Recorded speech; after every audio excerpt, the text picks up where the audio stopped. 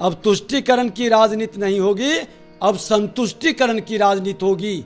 और संस्कार के साथ वसुधैव कुटुंबकम का पूरा विश्व को परिवार के रूप में सनातन ही आगे लेके जा सकता है।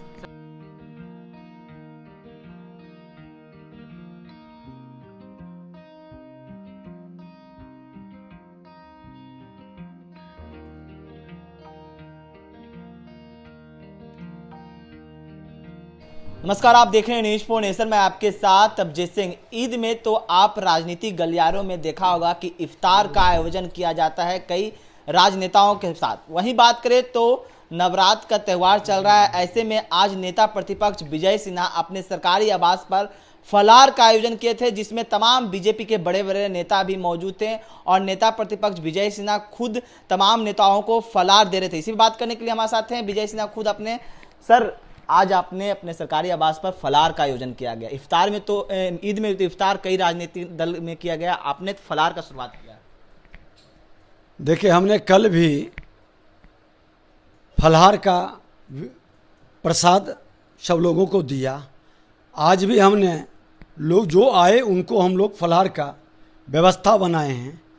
आज सनातन के संतान हजार वर्ष की गुलामी मुगलों और अंग्रेजों के कारण अपनी भाईचारा को, अपने वातावरण को, अपनी शक्ति जगाने के लिए, अपनी भक्ति जगाने के लिए, और ये मुक्ति की भूमि है, शक्ति भक्ति मुक्ति की धरती पर फिर से सनातन को एकजुट करने और उसको जगाने के लिए, उसको अपनी 21वीं सदी का राष्ट्र कि वो उभार और वो ताकत लाने के लिए ये माहौल अब गाँव के गलियों तक जाए, सारे विकारों से मुक्त होकर, सारे बंधनों को तोड़ करके हर समाज के सनातन के संतान उनको जवाब देगा जो तुष्टीकरण की राजनीति के चलते हिंदुओं को, सनातन को अपमानित करते हैं, हतोत्साहित करते हैं, डिमोरलाइज करते हैं।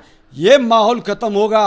अब तुष्टीकरण की राजनीति नहीं होगी, अब संतुष्टीकरण की राजनीति होगी। और संस्कार के साथ वसुधैव कुटुंबकम का पूरा विश्व को परिवार के रूप में सनातन ही आगे लेके जा सकता है। सर, जिस तरह से ईद के दिन में इफ्तार शाम में सब राजनेता करते हैं, आपने एक नया शुभारंभ किया, तो क्या लगता है सभी पार्टी इस शुभारंभ को अपनाएंगे? नहीं, ये हम तो देखिए मकर संक्रांति में श्रम मंत्री थे, वहाँ भी करते थे, बिहार विधानसभा के अंदर भी करते थे। आज नेता प्रतिपक्ष के रूप में हमने माता के प्रसाद फलाहारी का कार्यक्रम शुरू किया है। हम तो हमेशा करते हैं अपने संस्कृति का, अपने शक्ति का, अपने भावनाओं को, सनातन के संतानों को हमेशा ये आभास कराना कि हम एक ही माता के सभी संतान हैं और सबको मिल करके एक नए वातावरण, एक नए राष्ट्र, 21वीं सदी के भारत की ओर कदम बढ़ाना है।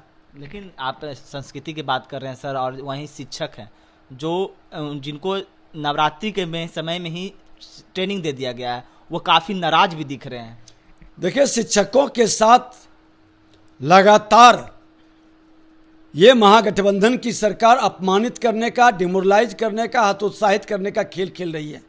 और ये वातावरण अपने खामी को छुपाना है। इनसे न शिक्षा सुधर रहा है, न स्वास्थ्य सुधर रहा है, न कानून व्यवस्था सुधर रही है। ये भरमाने के लिए नौटंकी करते हैं। पहले शुरू करेंगे, फिर ऊपर से बैक करेंगे। आपने देखा कि जन्माष्टमी में भी यही नाटक किया था। ये जनता को भ्रमित कर रहे हैं। इनकी खामी पर लोग ध्यान न दे, इसलिए एक नया वातावरण बना रहे हैं, फिर बैक हो जाएंगे। ये तुष्टीकरण की राजनीति में सनातन के संतानों को कहीं ना कहीं डिमोरलाइज और हतोत्साहित का खेल खेल रहे हैं। ये राजनीतिक वातावरण बनाने का प्रयास कर रहे हैं। सर, आपने कहा एक फिर से बैक हो जाएंगे, तो यानी कि जो शिक्षा विभाग के द्वारा जो फैसले लिए जाते हैं वो के पाठक अपने मन से लेते हैं, क्योंकि जिस तरह से पिछले बार भी वापस लिया गया और बोल रहे हैं इस बार भी वापस लिया जाएगा। देखिए, ये के पाठक एक इंस्ट्रूमेंट की तरह उपयोग हो रहे हैं।